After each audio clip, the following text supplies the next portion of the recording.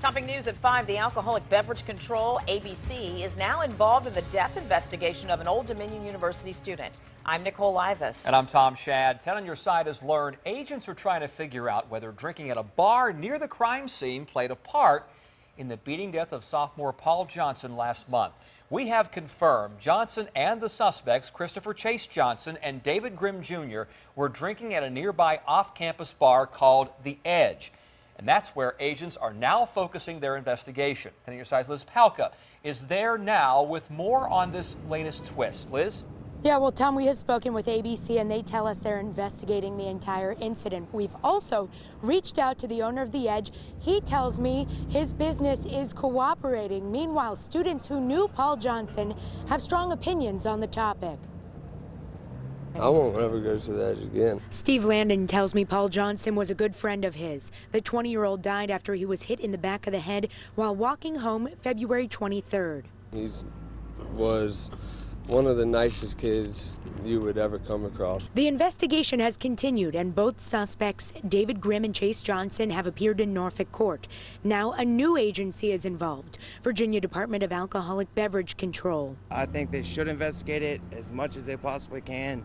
They should be asking as many students as they can, as many people as they had access to at the scene. An ABC spokeswoman tells me the agency is looking into whether a bar, restaurant, or vendor with an ABC license was involved in what led up to Paul Johnson's death. ABC would not provide specifics of what investigators are looking for. Rather, they're looking for any wrongdoing on the part of the licensee. I don't know if I could say the bar's directly responsible, but they do play a factor. At a recent bond hearing for Grimm, a witness testified the suspects had been at a bar before the fight. Witnesses have told 10 on your side the men were at The Edge. Chase Johnson was then kicked out. Students say they wish bar employees could have done more to prevent the assault that followed.